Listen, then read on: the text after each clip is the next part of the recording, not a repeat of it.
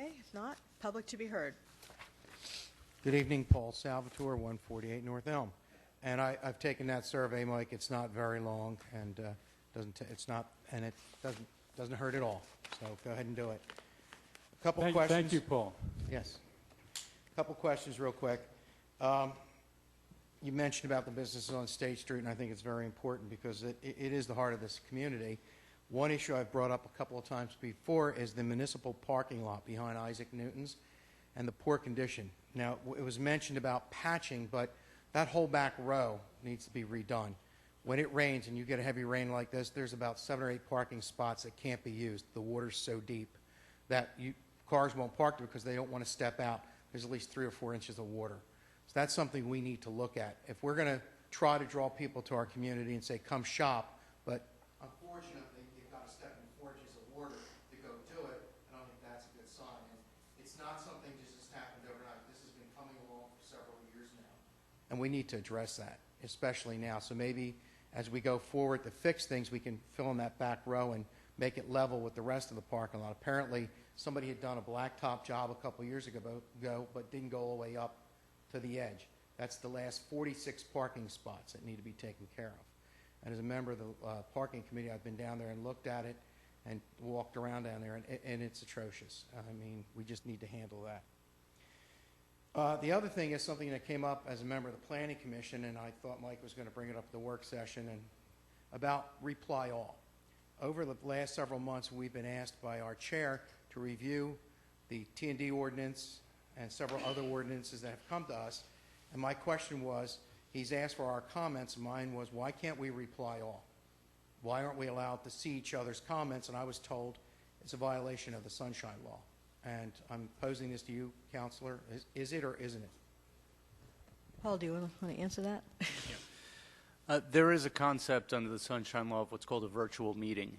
And essentially, in my opinion, a reply all would qualify as a virtual meeting. There's no difference between that than if that particular committee were together meeting and discussing an issue, which can't be done if not in the open public. So I generally recommend against any communications among members of a committee that is required to have open meetings through the use of a reply all.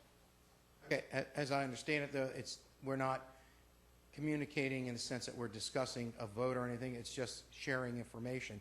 So we can't do that?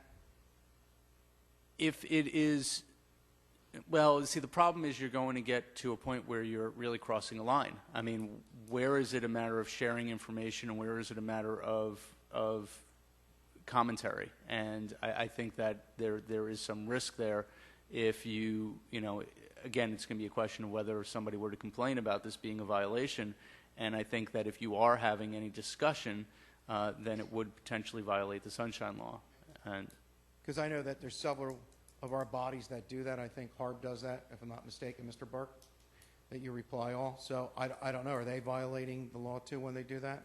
Again, I don't know specifically, because you do raise a good point of whether or not the specific communication is in violation. I'm not going to sit here and say that every time there's a reply all, that's a violation. If there's a draft of an ordinance going around, it may be sent to the entire council as long as it's not with any comment. But again, my point is that as a general policy, to avoid the potential for violating the Sunshine Law, I would recommend against any reply all communications. Okay. And as I always understood it, council is different. They're elected officials, and I think it applies also to the zoning hearing board. But everybody else is appointed board, and we're advisory. We don't make decisions that, in other words, we just make recommendations. But if that's your opinion, then so be it. Thank you. Frank Purcell, 538 Penn Street. I had a question. Being a licensed contractor who does business in Newtown and Newtown Township, I had a question for the chair. Recently, we had some work done in the borough, the generator that was at the police station, and I heard at the work session that there was a motion made to waive the permit fees. So I did some investigation and found out that there was no permit pulled for that work to be done prior to the work being done.